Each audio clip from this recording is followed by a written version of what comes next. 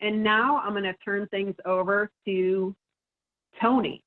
Tony's subject here, which is MCU1 failure, which mine had right before I sold it.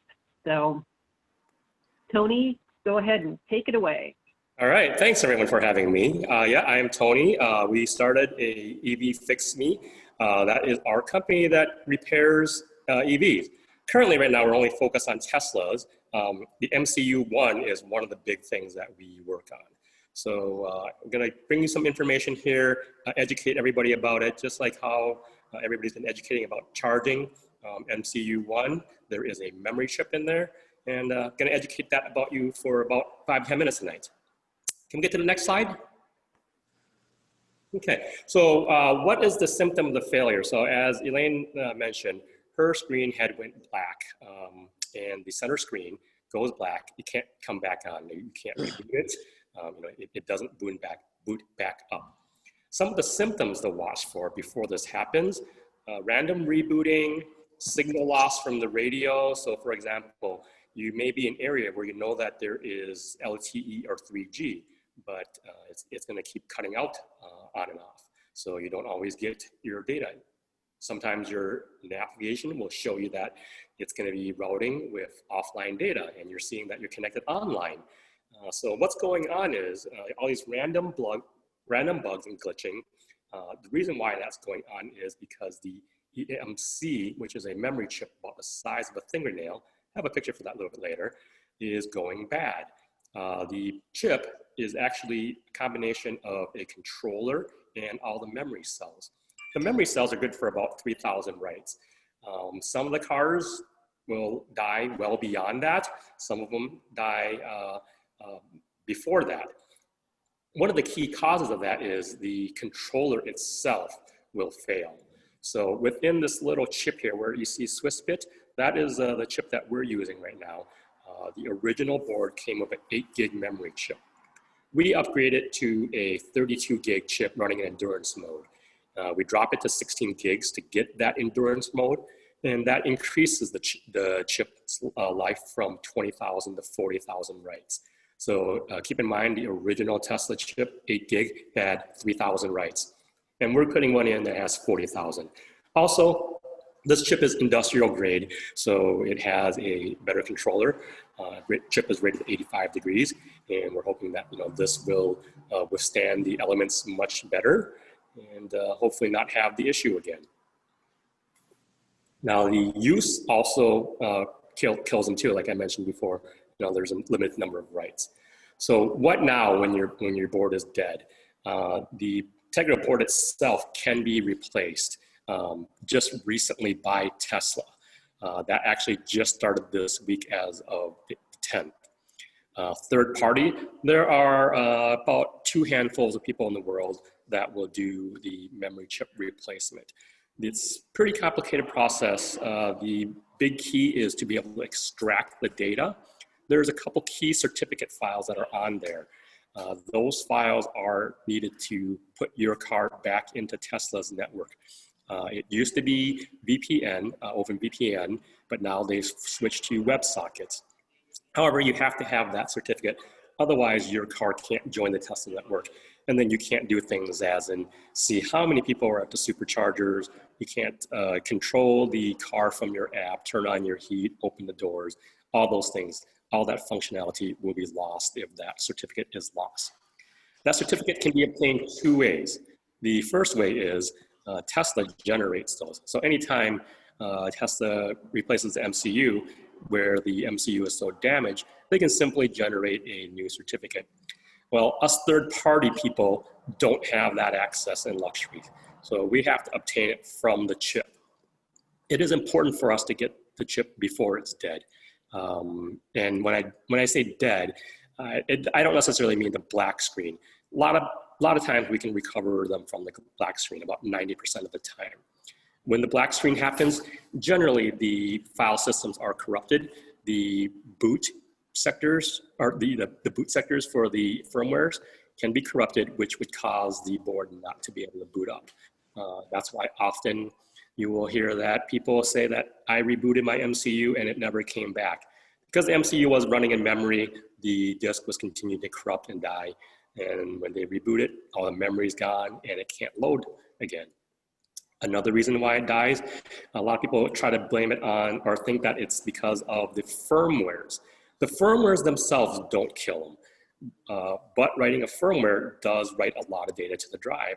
And when you're writing a lot of data to a very corrupted drive, there's a very high chance that you'll put data into a corrupted sector, which will lose the ability to use those files that you need to be able to boot up properly. So a lot of times the system dies after a update because the files simply got moved into a place where they can no longer be obtained. And after the update, the system no longer boots back up. Now, there are some questions, why choose Tesla or why choose third party? Tesla is easier to get to if you're in areas that are not necessarily super busy and full of Teslas. There's a lot of service centers where you can get service. But now if you're someone who is a bit more off the grid, you're in an area where there's not a lot of service centers, you may want to be doing more of your own repairs. You're going to want to find one of the third-party repairers. A lot of times the third-party repairers will either also offer in addition a support network, or in our case, we simply give the owners the keys to their car, the passwords, so that the owner can log in. Now, what can an owner do with that? Being able to log in, you can go ahead and trigger redeployments, change configurations as needed when the car is repaired. So now, if you don't have a service center near you, you can find a competent mechanic, get them the parts that they need, have them install it, and then call us up. We can connect in with a laptop that you connect to the car, and with a cable that we can get help you get purchased. Then we can go ahead and help you update configurations when needed and do the redeployments to your car, just like how the service center does. And by doing your repair with third party, that's also going to open you up to the future third party EV network support. One of the things that Eileen mentioned early in the slide, or early in the discussion here today, is strength in numbers. So, the more people that are driving EVs, the more support is going to be needed to be able to repair cars. Now, we can simply go and get ICE cars repaired all over the place. There's a neighborhood mechanic around the block in every city. Sometime in the future, hopefully that can be true of EVs also, so that we're not necessarily tied to going back to the manufacturer. We plan on supporting more cars in the future. Currently, we do Teslas, and we've done some work with Leafs. And if you have any question or need help, feel free to give us a call at 833-EV-FIX-ME, or you can also visit our website at http://www.evfixme.com. And I believe that is last slide. I think we had one more. Do we have one more picture just showing what the dead MCU looks like? No, okay. All right. So I think we wanted to have a little bit of time for questions and answers too for people.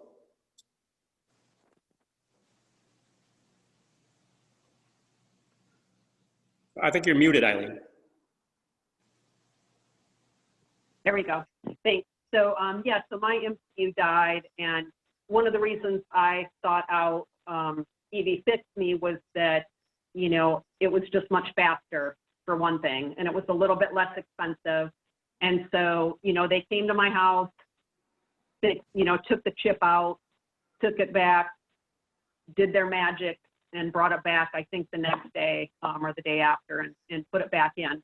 And then I could still drive my car during all that time. So, and then one thing to note too, if you have a car with MCU1 and you even suspect that it might go down, make sure you don't have pin to drive enabled. I have a friend in Chicago that always uses pin to drive, and once your MCU goes out, you can't input your pin, and so the car is toast. She had to have it towed to Tesla. So just the note there. But so we'll start. Eileen, sorry to cut in, especially mentioning that. That's very important. If anybody does get into that situation where their MCU has died and they can't get it to drive, and because they have the pin to drive enabled, give us a call. I'm not going to publicly post it on the internet on how to get around that, but we have actually found a way to re-enable the drive-in for obvious reasons why we don't want to just publicly share it everywhere.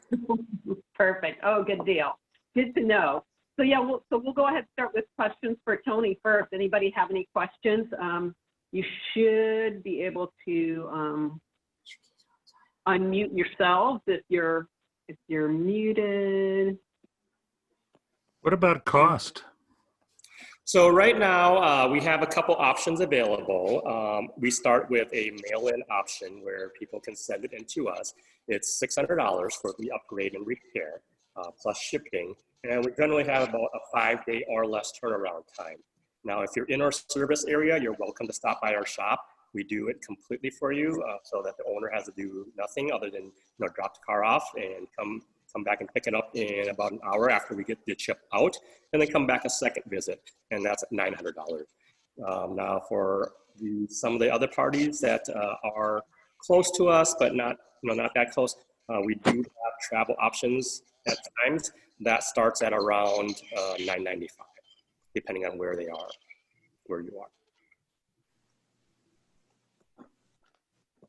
And where are you? Sorry, go ahead again. And where are you? In Costa Mesa. And one other thing, Eileen mentioned speed. Often we can help people get their cars repaired, even with the mail-in option, including the shipping times back and forth, before people actually get to their service appointment to get their car diagnosed. How does that compare to Tesla's cost at this point?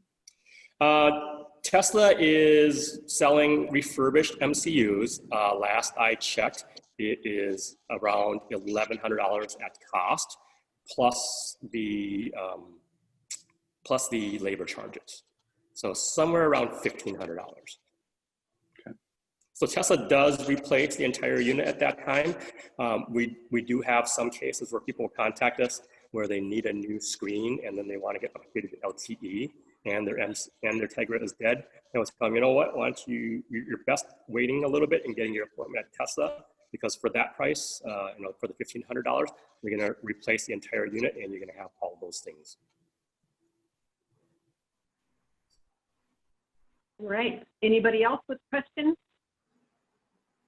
All right. Well, thanks so much, Tony. Really appreciate it. Thank you.